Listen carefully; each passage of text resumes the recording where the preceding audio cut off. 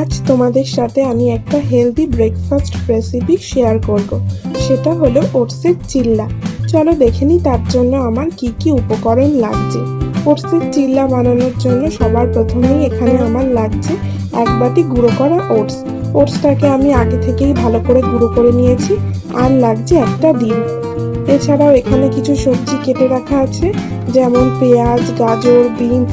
সব সবজিগুলোকে একটা হ্যান্ড চপারের মধ্যে নিয়ে ভালো করে চপ করে নেব।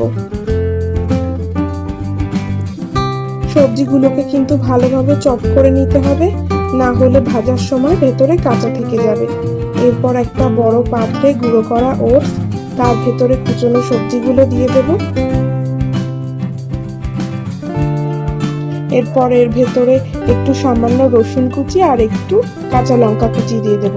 আর একটা ডিম ফাটিয়ে দিয়েছি, আর পরিমাণ মতো নুন আর একটু সামান্য পরিমাণে গোলমরিচ গুঁড়ো দিয়ে দেব।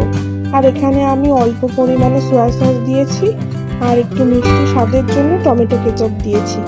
এটা যেহেতু হেলদি ব্রেকফাস্ট, তাই তোমরা চাইলে এই দুটোকে স্কিপ করতে পারো।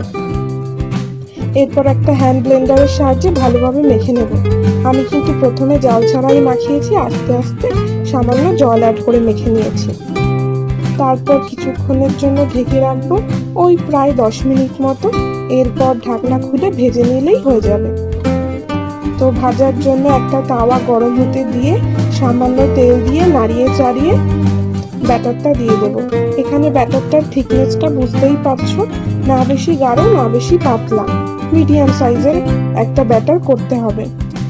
তারপর এক হাতা ব্যাটার নিয়ে আস্তে আস্তে হাতার সাহায্যে চারিদিকে ছড়িয়ে ছড়িয়ে ভেজে নেব।